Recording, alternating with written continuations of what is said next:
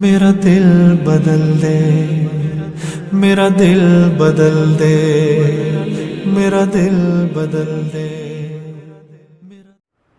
پیسے کا معاملہ جہاں بھی آئے گا، اسلام کہتا ہے لکھت پڑھت ہونی چاہیے، ایک ایک پائی کا حساب ہونا چاہیے۔ سورہ بقرہ کی جو سب سے طویل ترین آیت ہے، اس آیت میں اللہ تعالیٰ نے پیسوں کے معاملات کو لکھنے کا حکم دیا ہے، حافظے پر اعتماد کرنے کی اجازت نہیں دی ہے۔ یہ وہ لکھت پڑھت ہے جو دو بندوں کے درمیان خرید و فروخت کا معاہدہ ہو، حالانکہ اس کی اہمیت اتنی زیادہ نہیں ہے، لیکن آپ جو چندہ کرتے ہیں، جو وقف ہے، جو آپ کا ذاتی نہیں ہے، جس میں بہت احتیاط کا حکم ہے، چاہے وہ مدرسے کا چندہ ہو، چاہے وہ مسجد کا چندہ ہو، مدرسے کا چندہ غریب مسکین طلبہ کے لیے، تو یہ جو وقف کے اموال ہوتے ہیں اس میں بہت زیادہ اسلام احتیاط کا حکم دیتا ہے۔ اس کو لکھنا پڑھنا، اس کا آڈٹ ہونا، اس کا حساب و کتاب ہونا انتہائی زیادہ ضروری ہے، انتہائی ضروری۔ ایک ایک پائی کا حساب دینا پڑے گا۔ کسی مدرسے کے محتمم سے اگر آپ پوچھیں کہ یہ اتنی بڑی گاڑی آپ کے پاس کہاں سے آئی اور اس کے پاس اس کا جواب نہ ہو، اس کو نکال دینا چاہیے۔ اس گاڑی کا حساب تو کہاں سے آئی آپ کے پاس، یہ گھر آپ کے پاس کہاں سے آیا۔ اگر اس کے پاس کوئی ریزن نہیں ہے، وہ اپنا کاروبار شو نہیں کرتا، وہ اپنی ارننگ شو نہیں کرتا، تو یہ کہنے کا کوئی حق نہیں ہے کہ تم کون ہوتے ہو مجھ سے پوچھنے والے۔ آج کل یہ چل رہا ہے مارکیٹ میں۔ کیوں نہیں ہوتے بھائی؟ آپ اہل محلہ ہیں، آپ کے محلے میں مدرسہ ہے، کوئی بھی دکان کھول کے نوٹ چھاپنا شروع کر دے؟ بہت مشکل ہے بات سمجھانا، بہت مشکل ہے۔ مسجد کا امام اگر چندہ کرتا ہے، رسید کٹے گی، وہ پورا جواب دے کہ یہ پیسے کہاں گئے۔ بعض مسجدوں میں مانتا ہوں اکثر امام ایسے نہیں ہوتے، الحمدللہ نیک ہوتے ہیں، لیکن بعض جگہ ایسا بھی ہوتا ہے کہ مسجدیں اور مدرسے دکانیں بن چکے ہیں، لوگ داڑھی پگڑیاں دیکھ کر اعتماد کر رہے ہیں، پیسے دے، 4 یتیم بچے لا کے رکھ لو، ان کے نام پہ بکرے لیتے رہو، کھاتے رہو۔ کس کو کیا پتا کہ 10 بکرے ہم سے پہلے بھی ایک بندہ دے کر گیا ہوا ہے،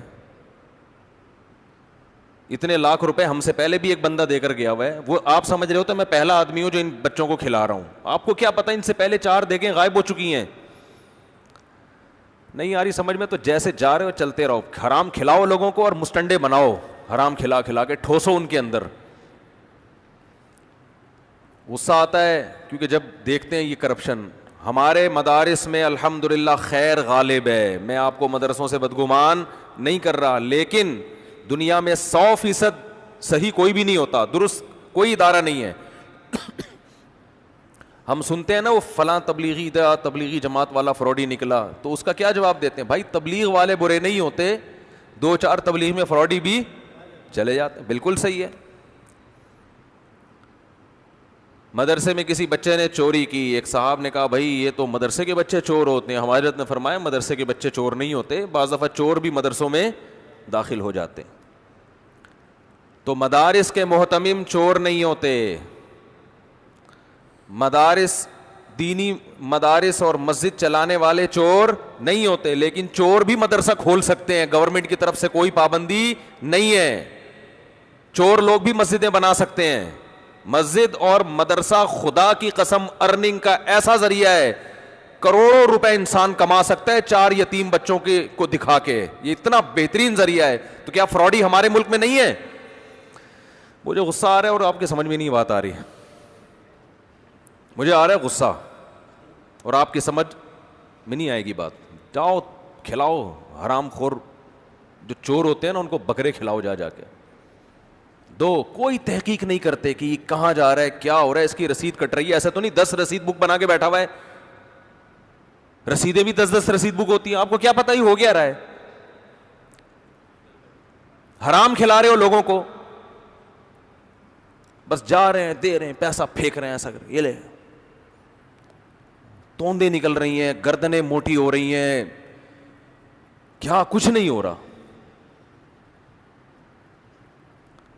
تو بھائی مدرسوں کے محتمم چور نہیں ہوتے, مسجد کے امام چور نہیں ہوتے, لیکن چور مسجد بنا سکتا ہے, چور مدرسے کا محتمم بن سکتا ہے. گورنمنٹ کی طرف سے کوئی پابندی نہیں ہے. اگر کسی محتمم کو غصہ آئے نا میرے اس بیان پہ, اس کا مطلب وہ چور ہے. کسی محتمم کو غصہ آ رہا ہے نا, یہ کیسی باتیں کر رہے ہیں, اس کا مطلب یہ کیا ہے, چور. جو نیک ہوگا وہ کہے گا زبردست, بالکل مفتی صاحب ایسا ہی ہونا چاہیے. اچھا بعض دفعہ چور کو اور خوش ہو رہا ہوتا ہے, ویری گڈ, تاکہ لوگوں کو یہ شو کرے کہ دیکھو میں کتنا ایماندار ہوں. یہ بھی ہوتا ہے. جیسے میں نے بتایا نا, ہم تو ہر قسم کے لوگوں سے ملے ہوئے ہیں, ایسے ایسے ہم نے تجربے, ہماری عمر شاید بہت زیادہ نہ ہو لیکن تجربے بہت زیادہ ہو گئے. بہت سے لوگوں سے ملنا ہوتا ہے نا. موضوع تو میرا کچھ اور تھا لیکن ابھی اس کو میں ابھی آ گیا تو آ گیا ہے, ایسی کی تیسی. ٹھیک ہے. بعض دفعہ یہ ہوتا ہے, آپ یہ بیان کرو نا کہ بعض لوگ چور ہوتے ہیں تو چور بڑا اپریشیٹ کرتے ہیں آپ کو, مفتی صاحب چوری کے خلاف زبردست بیان کیا, اس لیے تاکہ اس کے بارے میں شبہ نہ ہو کہ یہ کیا ہے, چور ہے. یہ بھی ہوتا ہے, اس کے بارے میں کوئی شبہ نہ, بلکہ مجھے خود آ کے کہہ رہے ہیں بعض لوگ چور ہوتے ہیں, ان کے خلاف بیان کرو تاکہ مفتی صاحب کو اس کے بارے میں اعتماد ہو جائے کہ یہ چور نہیں ہے.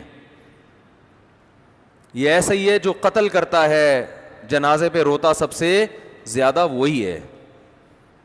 تبھی میں بار بار کہتا ہوں جو بہت زیادہ رو رہا ہو نا, مجھے اس کے بارے میں شبہ ہوتا ہے. میت پہ جو بہت رو رہا ہوں, مجھے, میں نہیں کہہ رہا بدگمان نہیں ہو رہا, لیکن شیطان وسوسہ دل میں ڈال دیتا ہے اسی نے مارا ہے.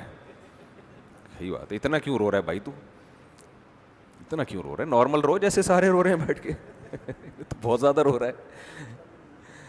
حضرت حکیم الامہ بڑے بزرگ تھے, ان کے پاس ایک شخص آیا مرید بن کے نا, ایسے تواضع سے بیٹھ گیا. بھائی ایک علماء کا احترام ہوتا ہے, نارمل طریقے سے آؤ, عزت احترام سے بیٹھو, بس ٹانگیں نہ پھیلاؤ ان کے سامنے, بس ہو گیا کہ احترام اتنا کافی ہے. وہ کچھ زیادہ ہی ایسے جھکا جا رہا ہے. حکیم الامہ نے ڈانٹ دیا اس کو, بولا تو کیا مجھے فرعون بنانے آیا ہے, اتنا ادب کر رہا ہے, ایسے جھکا جا رہا ہے جیسے میں تیرا, یعنی میں اپنی ورڈنگ جیسے میں تیرا کیا ہوں, کہ تو خدا ہوں, کوئی بھگوان ہوں تیرا, میں کوئی معبود ہوں. آرام سے بیٹھو جیسے سارے بیٹھے ہوئے ہیں. تو یہ جو اتنی تواضع اختیار کر رہا ہے نا, یہ شو بازی کے لیے ہوتی ہے نا. بھائی نارمل جیسے سب جتنا احترام دیتے ہیں علماء کو, آئیں تمیز سے بیٹھ جائیں. اتنا ہی جھکائی جا رہا ہے, اس کا مطلب یا تو یہ ایجنسی کا آدمی ہے, ہاں خفیہ ایجنسی کا ہے, انکوائری کے لیے آیا ہے, پکڑوانے کے لیے آیا ہے, اور شو یہ کر رہا ہے کہ میں آپ کا بہت زیادہ عقیدت مند. ایسے لوگوں سے ہمارے بھی واسطے ہوئے ہیں. بہت زیادہ عقیدت, میرا جھوٹا پی رہا ہے, اور جو پلیٹ میں کھانا بچ گیا اس کو انگلیوں سے چاٹ رہا ہے. اتنے تو آج بیٹا باپ کا ایسا احترام نہیں کر رہا ہوتا. تو کیوں ایسا کر رہا ہے بھائی.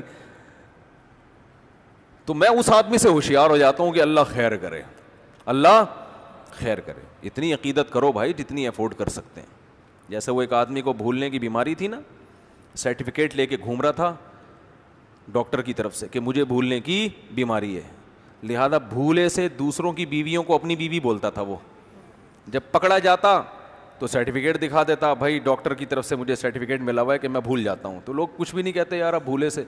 کسی نے کہا تو کبھی اپنی بہن کو غلطی سے, اپنی بیوی کو بھولے سے تو نے بہن بولا ہے؟ بھائی ہم اتنا بھولتے ہیں جتنا افورڈ کر سکیں. جواب دیتا ہے اتنا بھولتے ہیں جتنا برداشت کر سکتے ہیں, برداشت سے زیادہ نہیں بھولتے ہم. سمجھ رہے ہو کہ نہیں سمجھ رہے؟ تو کیا کہہ رہا تھا میں, جو ابھی بھولنے پر بات آئی وہ کہاں سے ہے؟ ہاں, تو جو اتنی عقیدت کر رہا ہے نا, انگلیاں چاٹ رہا ہے اور آپ کا تھوک زمین پہ نہیں گرنے دے رہا, وہ صحابہ کی عقیدت تھی. آج اتنی عقیدت لوگوں کو اپنے باپ سے نہیں ہوتی جس نے اتنے احسانات کیے. وہ پیر و مرشد سے کہاں سے ہو گئی؟ یا تو وہ بہت جاہل ہے, یا یہ کہ 2 نمبر آدمی ہے. تو نارمل رہنا چاہیے, نارمل. بس ملو آرام سے, السلام علیکم, 2 ہاتھوں سے ملو. یہ جو حدیث میں آتا ہے ایک ہاتھ سے مصافحہ, وہ ایک ہاتھ نہیں ہے, وہ دونوں ہاتھ ہیں, کیونکہ ہاتھ اس میں جنس ہے. جیسے قرآن میں آتا ہے نا, ان السمع والبصر والفؤاد, دل سے بھی سوال ہوگا, آنکھ سے بھی سوال ہوگا, کان سے بھی. تو دونوں آنکھوں سے ہوگا, یہ ایک آنکھ سے ہوگا؟ دونوں آنکھوں سے. تو بخاری کی جو حدیث ہے نا, ہاتھ سے مصافحہ کیا, وہ ہاتھ اس میں جنس ہے. کہ اس سے مراد دونوں ہاتھ ہیں. اور ویسے بھی یہ عجیب سی بات ہے کہ نبی کا ایک ہاتھ ہو اور عبداللہ بن مسعود کا بھی ایک ہاتھ ہو. عقیدت محبت میں نبی صلی اللہ علیہ وسلم ایک ہاتھ بڑھائیں اور عبداللہ بن مسعود وہ بھی ایک ہاتھ. یہ صحابہ کی محبت کا بھی تقاضا نہیں ہے. ایک ہاتھ سے مصافحہ بھی جائز ہے, لیکن بڑے کا ادب کیا ہے کہ دو ہاتھ سے مصافحہ کیا جائے. تو حدیث میں ایسی کوئی صراحت نہیں ہے کہ وہ ایک ہی ہاتھ تھا, ید تھا. ید اس میں جنس ہے. اسی وجہ سے اسلاف اور جتنے بھی اہل اللہ ان کا تواتر رہا ہے کہ ہمیشہ مصافحہ دونوں ہاتھ سے. لیکن بہرحال ایک ہاتھ سے بھی جائز ہے, کوئی یہ حرام ناجائز نہیں ہے. بعض لوگ تو غلو کرتے ہیں کہ دوسرا ہاتھ باقاعدہ پیچھے لے کے جاتے ہیں, ایسے کرتے ہیں, یہ شو کرنے کے لیے کہ ہمارا مسلک ہے ایک ہاتھ سے مصافحہ کرنا ہے. تو بھائی آپ کا مسلک اگر ٹھیک ہے ایک ہاتھ سے ہے تو یہ ہاتھ نیچے چھوڑ کے یوں بھی کر لو. یہ چڑھا کیوں رہے ہو کہ یہ والا نہیں استعمال ہوگا؟ یہ غلو ہو جاتا ہے پھر. تو غلو دونوں طرف ہے, میں نہیں کہتا ایک طرف ہے. ایک صاحب نے کہا کہ ایک ہاتھ سے مصافحہ اس لیے جائز نہیں ہے کہ اہل حدیث کا شعار ہے. یہ بھی غلو ہے کہ اہل حدیث کوئی کافر تھوڑی ہے کہ ان کا کوئی شعار ہے تو آپ کے لیے وہ حرام ہو گیا. خیر, تو بات یہ چل رہی تھی کہ چوروں کو, چور مارکیٹ میں ہول سیل کے حساب سے موجود ہیں. تو مدرسے کا محتمم ہو یا مسجد کے امام محترم ہو, پیسوں کے معاملات میں کلیئر ہونا ضروری ہے. اور اس میں انتظامیہ پہ فرض ہے کہ وہ آزماتی رہے امام کو بھی پیسوں کے معاملے میں, اور اگر کوئی مدرسہ ہے محلے میں تو محلے والوں پہ بھی فرض ہے کہ وہ بھی محتمم کو آزماتے رہیں. آزمائیں کیسے؟ سوال پیدا ہوتا ہے. کیسے آزمائیں؟ سوال پیدا ہوتا ہے کہ نہیں ہوتا؟ دیکھو حضرت عمر بن خطاب رضی اللہ تعالیٰ عنہ خلیفہ مسلمین ہیں, ممبر پہ کھڑے ہیں, صحابی نے پوچھا یہ اتنا لمبا کرتا آپ کے پاس کہاں سے آ گیا؟ آپ نے یہ تھوڑی فرمایا تم کون ہوتے ہو پوچھنے والے, آپ نے یہ فرمایا کہ تم کون ہوتے ہو. بھائی صحابہ نے پوچھا کہ غنیمت میں اتنا لمبا کرتا کسی کے حصے میں نہیں آیا, تو آپ نے اس کا جواب دیا کہ میرے بیٹے نے مجھے دیا ہے. میں یہ نہیں کہہ رہا گلی محلے میں کوئی بھی اٹھ کے تفتیش کرتا رہے, امام کو روک روک کے پوچھتا رہے یہ کہاں سے آیا, یہ محتمم صاحب یہ کہاں, یہ نہیں کہہ رہا میں. کچھ لوگ تو ہونے چاہیے نا نامزد. ہر آدمی کو اجازت نہیں ہے کسی سے پوچھے کہ آپ کیا کماتے ہیں, کیسے کماتے ہیں, یہ نہیں ہے. ہر آدمی کو اس کی اجازت نہیں ہے, لیکن کچھ سلیکٹڈ لوگ تو ہونے چاہیے نا, وہ تو پوچھیں. تو آزمانے کے طریقے بہت سارے ہیں, اگر آپ غور کریں گے تو سمجھ میں آئیں گے. چندہ دے کے دیکھیں, بولیں رسید کٹی ہے کہ نہیں کٹی ہے. ان نون لوگ چندہ دے کے جائیں اور دیکھیں رسید کٹ رہی ہے کہ نہیں کٹ رہی. پھر رسید کا حساب لیں, یہ پیسے کہاں گئے. ہر چیز کی مسجدوں میں اور مدرسے میں رسید بننی چاہیے. جیسے بینکوں کا نظام ہوتا ہے نا, اس سے زیادہ مسجد اور مدرسے کا نظام اسٹرانگ ہونا چاہیے. بینکوں میں کوئی ٹرانزیکشن ایسی ہے جس کا ریکارڈ نہ ہو. یار بولو کیا ہو گیا بھائی, کوئی 5 روپے 20 سال پہلے بھی کسی بینک سے آپ حساب لینا چاہیں نا, بینک جواب دے گا آپ کو. 5 روپے بھی بینکوں میں دائیں سے بائیں نہیں ہوتے. عام جو بینک ہیں, جو کمرشل بینک ہیں, جو سودی بینک ہیں, ان میں تو خرید و فروخت نہیں ہوتی, بس قرضے کی ٹرانزیکشن ہوتی ہے. اسلامی بینکوں میں باقاعدہ سیل پرچیزنگ کا کام ہو رہا ہوتا ہے. گاڑی خریدی, گھر خریدا, گنے کی شوگر ملوں کے لیے گنا خرید کے فروخت کیا. ان کے تو صبح شام چیزوں کے لیے جو خرید و جو قیمتیں ہیں نا, وہ ان کی ٹرانزیکشن ہوتی ہے. ان کے پاس 20 سال پہلے بھی کبھی ریکارڈ ہوتا ہے کہ گنا کتنے کا آیا, کتنے کا بکا, اور اس پہ پروفٹ بینک کو کتنا ہوا. اس پروفٹ میں سے جو کسٹمر تھا, جو انویسٹر تھا, اس کو کتنے % دیا, کس شکل میں دیا.